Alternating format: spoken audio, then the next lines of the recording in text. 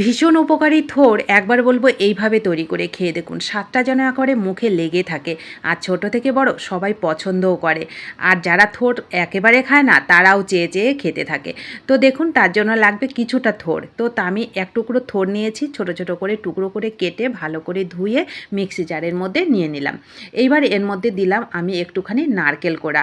নারকেল কোড়াটা দিয়ে এখানে একটু কিছু ভাজা চীনাবাদাম দিলাম।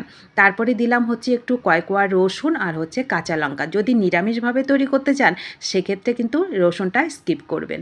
তো দেখুন, আমি তারপরে একটুখানি জল দিয়ে একেবারে স্মুথ করে একেবারে পেস্টটা রেডি করে নেব। পেস্টটা কিন্তু একেবারে স্মুথ করে করবেন, তবে খাবারটা খেতে বেশি ভালো লাগবে।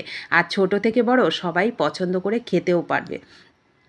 তারপরে আমি ওই পেস্টটাকে এদিকে গ্যাসটাকে অন করে একটা কড়াই বসিয়ে এখানে দিয়ে দিলাম আমি সর্ষের তেল।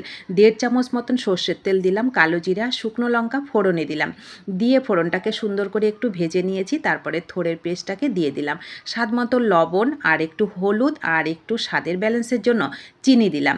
চিনিটা একটু দিলে খেতে বেশ ভালো লাগে, ঝাল ঝাল মিষ্টি স্বাদের ব্যালেন্সটাও খুব সুন্দর হয়। তারপরে গ্যাসটাকে মিডিয়াম টু লোতে করে রেখে শুধু অনবরত এইভাবে নাড়তে থাকতে হবে।